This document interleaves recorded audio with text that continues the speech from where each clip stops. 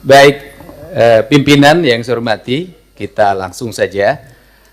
Kita tahu bahwa daerah-daerah hari ini mengalami penurunan dana alokasi. Bahkan ada beberapa daerah yang hampir tidak lagi memiliki kemampuan untuk memenuhi kebutuhan dasar pembangunannya karena dihabiskan untuk belanja pegawai. Ada pengangkatan P3K memiliki implikasi terhadap terkurasnya dana alokasi pembangunan dan DAU. Kemudian yang berikutnya, setelah itu dana DAK mengalami penurunan, terutama di bidang infrastruktur. Ini memiliki implikasi yang cukup luas terhadap kinerja pembangunan di setiap daerah. Kalau data-datanya kita sudah sampaikan lah, nanti tinggal dilihat.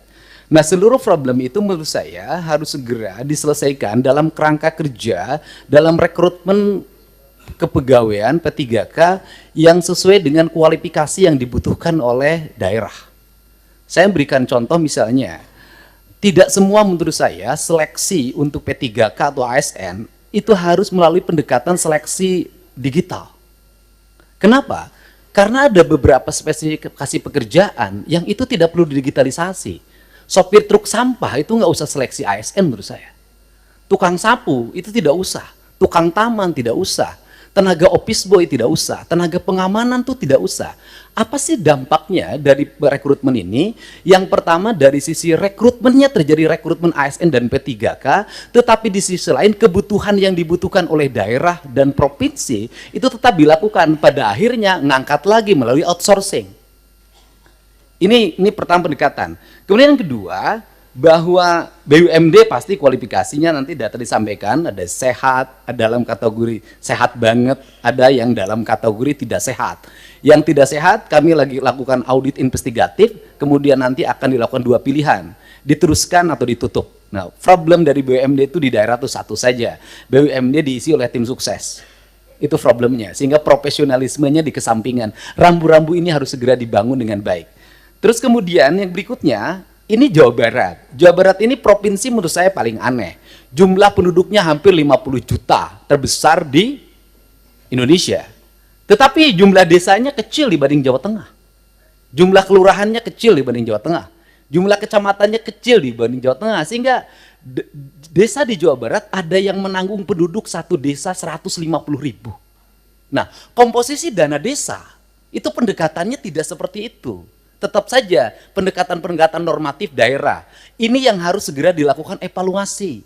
Ini. Dan kemudian yang berikutnya adalah sudah juga semestinya Komisi 2 memelopori daerah desa yang sudah berubah karakternya menjadi kelurahan karena pertumbuhan industri, harus segera dibuat kelurahan tidak desa lagi. Karena pendekatan kewilayahan sudah tidak relevan lagi dengan jumlah penduduk yang tidak monokultur, yang sudah plural.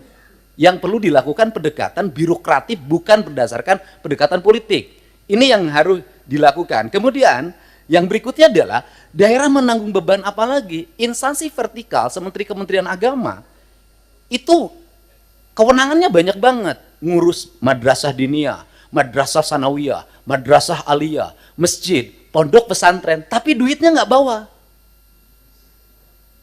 Nah, pada akhirnya kalau gubernur tidak memenuhi, kalau bupati tidak memenuhi kebutuhannya, maka nanti akan dibenturkan dengan isu agama, tidak berpihak pada kepentingan umat.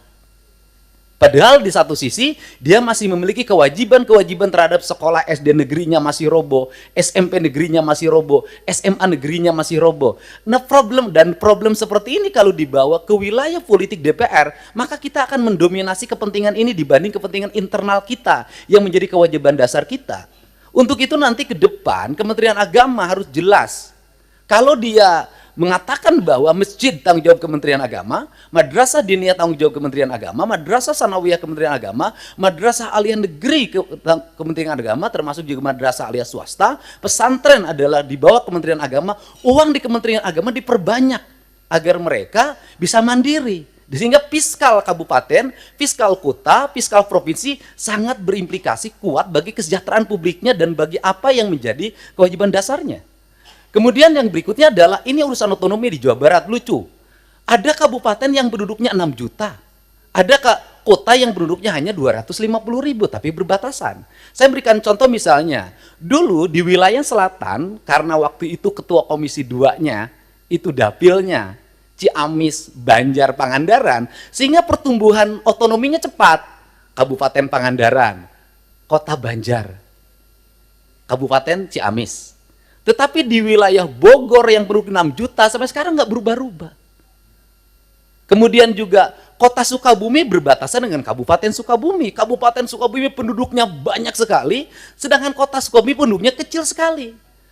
Kota Cirebon dengan Kabupaten Cirebon. Kota Cimahi berbatasan dengan Kabupaten Bandung, berbatasan Kabupaten Barat. Kotanya kecil sekali penduduknya. Tapi di sisi lain Kabupaten Bandung penduduknya besar sekali.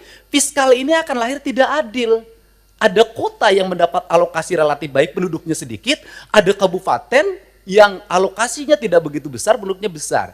Pertanyaan saya adalah ke depan bisakah dibuat inisiasi penambahan jumlah wilayah untuk sebuah wilayah?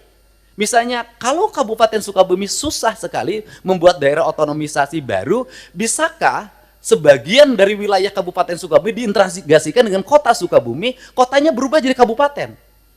Ini percepatan untuk apa?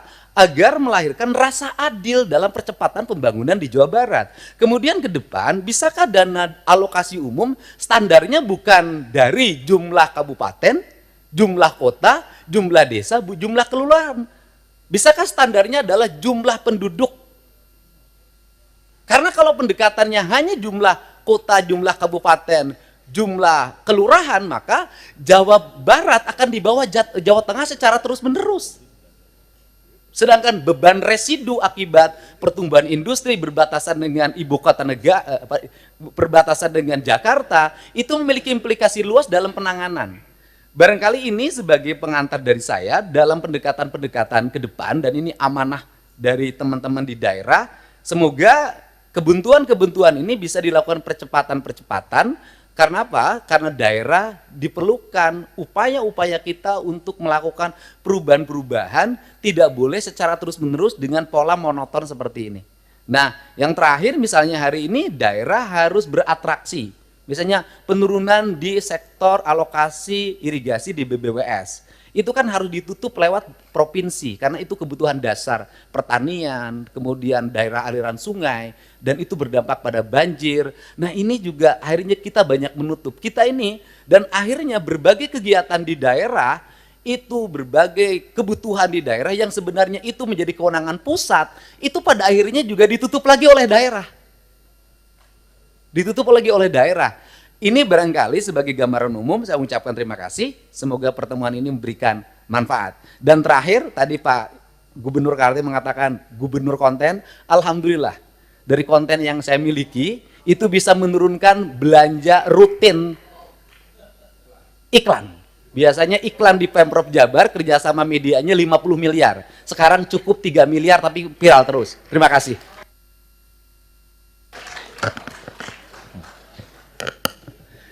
Bu Wamen, dalam penyusunan PP tentang desain besar penataan otonomi daerah itu mungkin tadi masukan dari Gubernur Jawa Barat, dan saya kira nanti yang lain juga bisa memberi masukan. Itu penting untuk kita bikin formula. Selama ini kan ada gairah yang besar untuk menghadirkan daerah otonomi baru, pemekaran. Tapi nomenklatur penggabungan dalam Undang-Undang Pemda, Undang-Undang nomor 23 tahun 2014 itu nggak pernah kita gunakan. Kita mekar terus, gabungnya nggak pernah. Nah, gabung selama ini selalu dikonotasikan dengan kabupaten yang ada gabung ke kabupaten yang lain. Itu kan ekstrim. Tapi pendekatannya bisa jadi beberapa kecamatan di sekitar daerah otonomi itu gabung karena daerahnya dekat. Tadi misalnya, ini kota Sukabumi, ini kabupaten Sukabumi. Kecamatan-kecamatan yang dekat dengan kota Sukabumi, di kabupaten Sukabumi itu gabung ke sini. Kan gitu. Nah, formula-formula ini menurut saya itu penting. Kami sekarang sedang meminta Kemendagri, Pak Gubernur, para gubernur, untuk menyusun PP itu. Karena itu menjadi formula kita untuk nanti menentukan bagaimana desain penataan daerah di Indonesia ke depan. Pimpinan, ada satu lagi yang ini menjadi kegelisahan. Adalah PPh 21, Pak.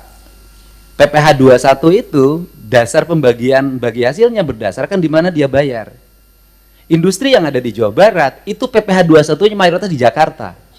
Sehingga dana bagi hasilnya untuk Pemda DKI pada residu industrialisasinya, resikonya, infrastruktur segala macam adalah tanggung jawab Pemda Jabar. Terima kasih, Pak. Pak Dirjen Keuangan Daerah itu dicatat, Pak. Termasuk dana transfer itu jangan di akhir tahun, Pak. Nanti kalau perlu nanti Dirjen Keuangan, Kementerian Keuangan atas izin pimpinan kita undang ke sini. Karena kalau enggak itu jadi silpa terus seperti yang Kaltim dan semua nanti akan mengalami. Mereka dapat uang tapi nggak bisa digunakan. Nah, untuk apa?